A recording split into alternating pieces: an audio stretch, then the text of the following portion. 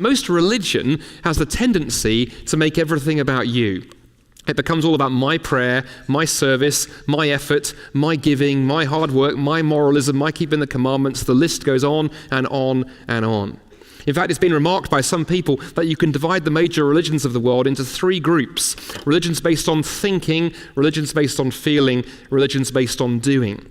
In religions based on thinking, like Buddhism, you've got to think the right thing to achieve salvation. In religions based on feeling, like many Eastern religions, you have to have the right mystical experience.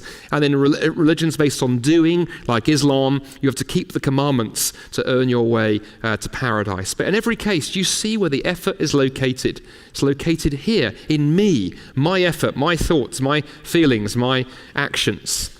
And the problem with those approaches to religion is they lead you inexorably to end up looking down on others, people whose thinking is not as good as yours, people who have not had the experience you have had, people who have not worked as hard and are therefore not as moral as you. But worse, those approaches to religion can actually never satisfy because you can never do enough. You can always think more thoughts and study harder. You can always have some kind of greater experience. You can always keep more commandments. Upwards and upwards and upwards you climb up that endless stair of religiosity, never knowing even if there is a top, let alone if you can get there.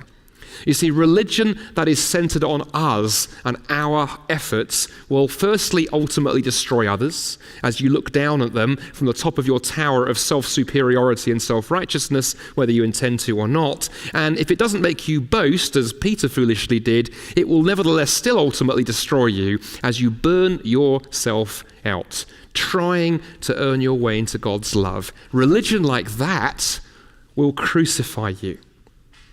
By contrast, Jesus was crucified for you.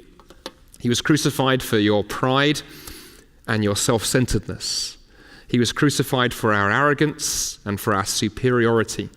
He was crucified for our easygoing, middle-class moral self-righteousness. He was crucified for our suspicion and our cynicism. He was crucified for all of our bad ideas, not least the religious ones. He was crucified for all of that messed up brokenness that is human life.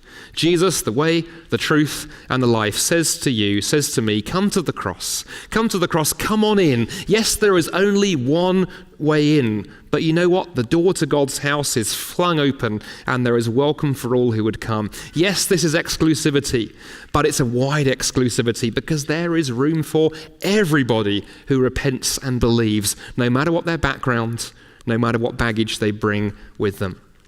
Do all religions lead to God? No, because quite simply, my friends, no religion can lead us to God. But God can lead us to God. And that is exactly what he has done in the person of Jesus Christ.